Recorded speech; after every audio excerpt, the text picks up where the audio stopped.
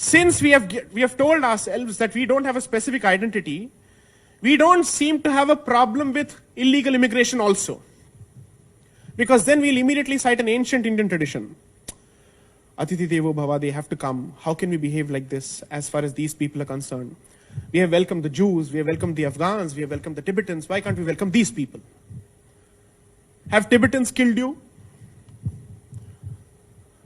In all the years that Tibetans have lived in this country since the invasion of their country, have you heard one riot between Tibetans and Indians? At least in the name of religion. Jews have been living in this country for millennia. They too are a monotheistic faith. Have you heard of one problem between Jews and non-Jews? Parsis have lived in this country. They perhaps constitute the best definition of a minority because today their population is 60,000 and even going down. You've never had a problem as far as they are concerned. So how is it that a position with respect to one particular group is immediately interpreted as an anti-minority position when I don't seem to have a problem with any other minority? They are minorities in the true sense of the word. What does this tell you? And I have to impress upon you this important aspect.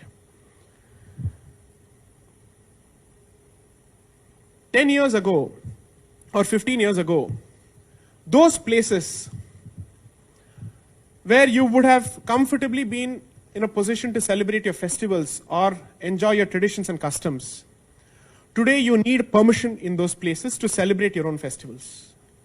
What has happened in Calcutta, what has happened in West Bengal, and the need for judicial intervention for you to be able to carry out your own processions and to celebrate your own festival is a wake-up call for the rest of the country.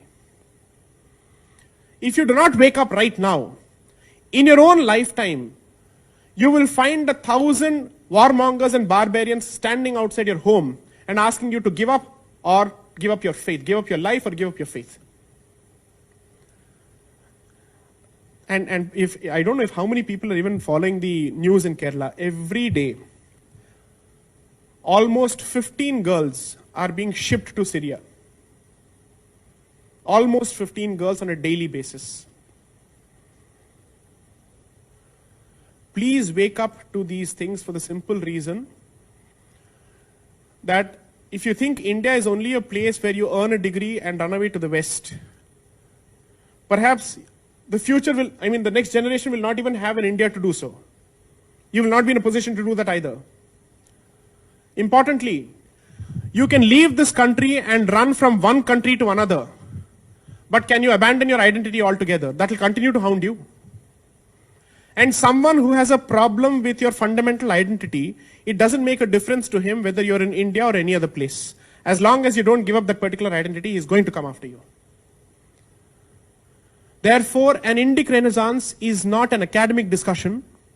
It is not a discussion meant for, let's say, wine tasting rooms, or it's not a discussion meant for just books.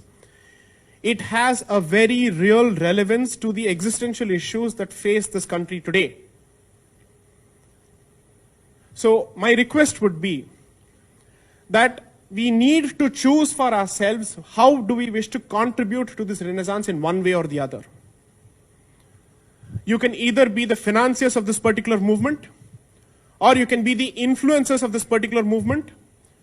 You can be the thought leaders of this particular movement, or you can be the grassroots activist. But you must take part in this particular movement in one way or the other, because if you don't do so, your children will not live in the same India that you lived. And you certainly don't live in the same India that your parents lived. So as far as I'm concerned, action is most important. Choose for yourselves one area where you think you're in a better position to contribute and focus on contributing it in one way or the other.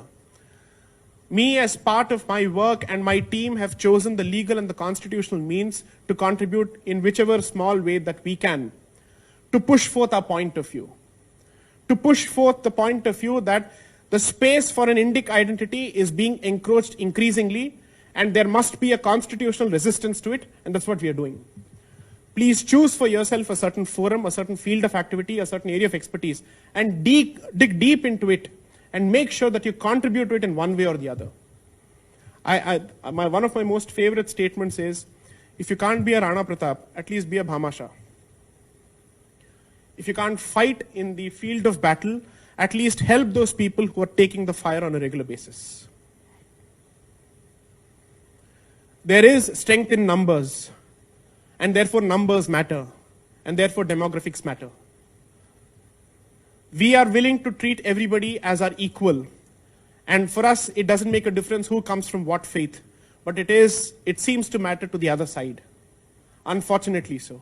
So wake up to this reality and find an area where you can contribute to the Indic Renaissance in one way or the other. Questions, please.